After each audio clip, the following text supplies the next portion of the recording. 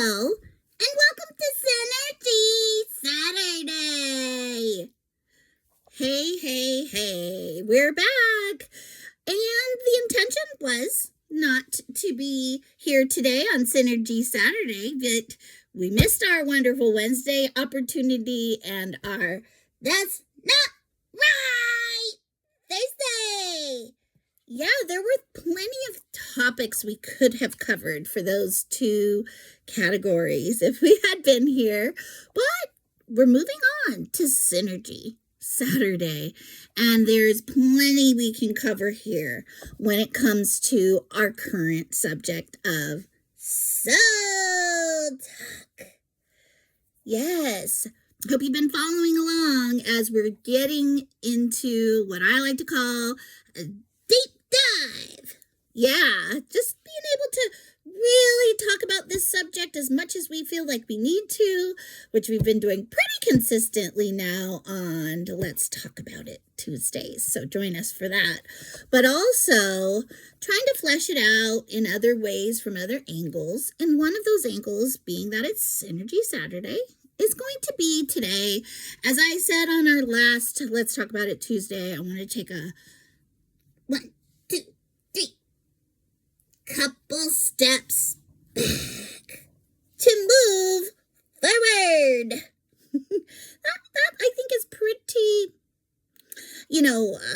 what's the word, common. It's like it just takes a little reflection on things, and you want to move forward, but sometimes you're like, I'm a little bit stuck until I go back and I work my way through that stuckness so that I can.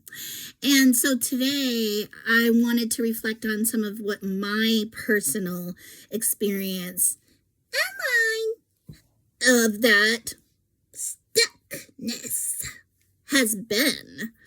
I think that when I'm realizing some of the things that I tend to just kind of relate with, I shared just again this week that, I'm such an introvert.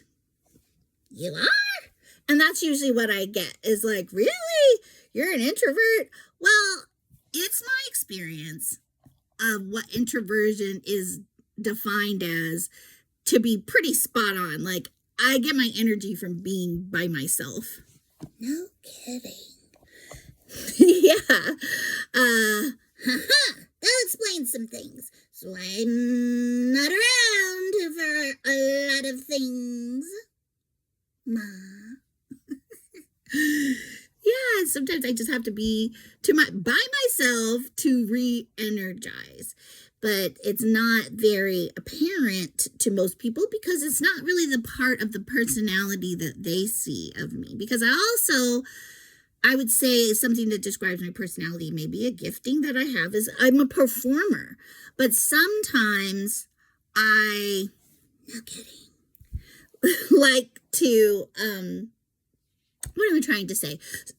Sometimes I do that to my detriment. I had to go do some self-reflection to complete sort of a quiz that a friend in church was helping people to sort out, like, what their path and their passion is by going through. And so, see, that's a part of Synergy. Yes, as being a part of something together to create that, or at least uncover, because one of my other key players in that search has talked about it's an excavation of what's already there. You need the synergy of two or more coming together, right? And there's another video that I have about that. We're just talking about synergy on Synergy Saturday, and I went into some scriptures that support that idea. And so, of synergy in general. But really what it is it's God being there in the midst and encouraging us to be together in community, because he is a Trinity and he lives that way. That's how he created us to be. So he's wanting us to function the way that we were created to function. Fancy that. Yeah, so that's one good point about synergy, and that and the foundation, really. And then I was going into my own personal, like, sometimes I feel like I excuse myself in certain ways of, like, one of the parts of soul talk that we're getting into as I step back and I say, did I skirt this somehow? It's telling your story. So this is part of telling mine, is that I have, because we're getting to the place where, I'm sorry, I keep interrupting, but I'm even thinking, we're getting to the place where we're going to, I'm going to reference the book because I've been kind of doing that along our path. And this is where we're getting to as after we take a step back. We'll be doing chapter 14 together, which is called Move to the Center of the Story, Following the Spirit into Action. Okay, I want to be ready for that. Okay, so part of what I realized about myself is that even though I have that gifting and I want to perform, if I don't put it in the right place, I feel, if I don't utilize it as a gift that God gave it to me for others, I'll utilize it for myself and I'll use it in relationship rather.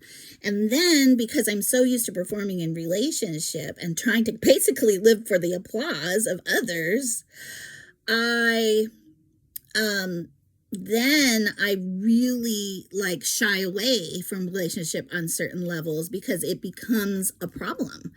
And then I tend to, play into my, well, I'm an introvert and I need time away from others. And that is true. That's partly true about me. I think that there's some truth to the relational styles, but not to a fault. We don't want to be taking away from God's opportunity that he's created us for, to be in community and to act in synergistic ways.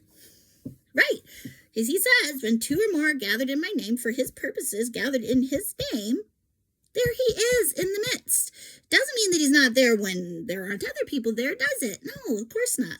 It means, though, that he's in the midst of that he's applauding that. He wants to do something within that context. So that's just part of my story that I felt like I needed to share. And, it's always important just to share.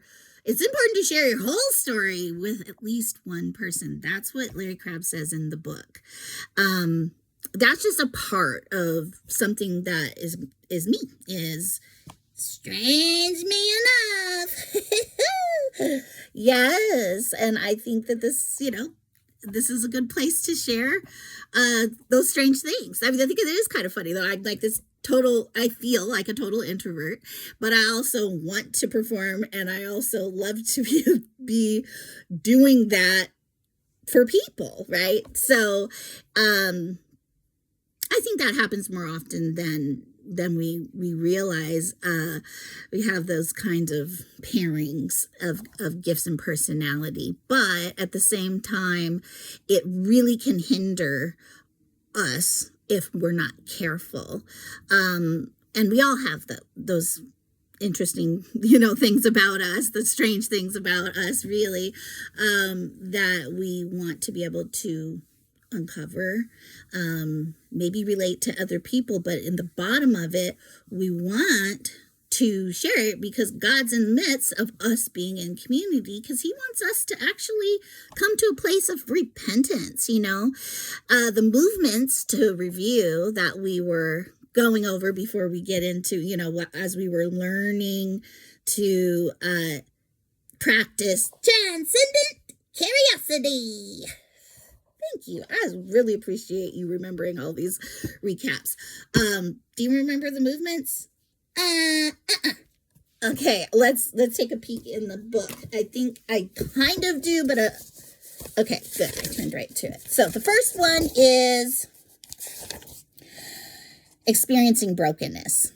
Okay, because it has to come when those things don't work for you anymore. You have to get broken to feel the need for something else. As true. It's very true, isn't it? Haven't you experienced that? As that's human nature. So we got to get to brokenness. Our goal here is not for life to just work for us, actually.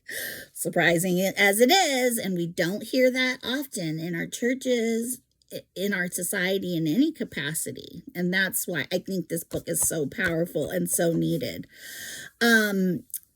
In one of my just previous videos, either the last one or the one right before, I was saying, yeah, so we can get free. We're going to practice soul talk so we can get free. But I realized even in my language that all of those ways that he talks about, listen, these are all helpful facets of, growth that we tend to utilize in our society, but they need to be on the foundation. They need to be built on the foundation of what Soul Talk is about, which is connecting to our deepest desire for God. Because if not, that's what we're trying to get at. We're trying to get free. We're trying to, what's that word? Get recovery from any number of things that have held us back. That's our goal, so that we can be pain-free and we can that's what I was just saying, so that our life can be better. But the irony is, our life is supposed to be better. In fact, Jesus said he came to set us free. Like, he did come for that. And who Jesus sets free is free indeed. But we don't understand what that freedom looks like. It has to be because we're wanting the relationship with God that we need so integrally, that we don't understand needs to be our number one desire and the passion that we're operating from, right? Does that make sense? Okay, let me know how this is resonating with you, so that we can kind of get on the same step. Yeah, because we want to go forward now. We're done with going back. Aren't we, Mom? I think so. Because we want to get to where we are. Anyway, we still need to talk a little bit about transcendent curiosity, maybe. Ask some questions. But we want to get to where we are on our current chapter of... I really went back farther than I realized. Chapter 13 was listen to how a story is told, tuning into the energy behind the story. I think we might need to cover that a little more than we have, or if we have at all, before we go into move to the center of the story, following the spirit into action. Hey, lights, camera, Mom. Are you ready? I think you want to perform, right? Come on, you're on. Okay. Love it. I'll see you next time on Let's Talk About It Tuesday. See you there. Sayonara. Arrivederci. Have a great day.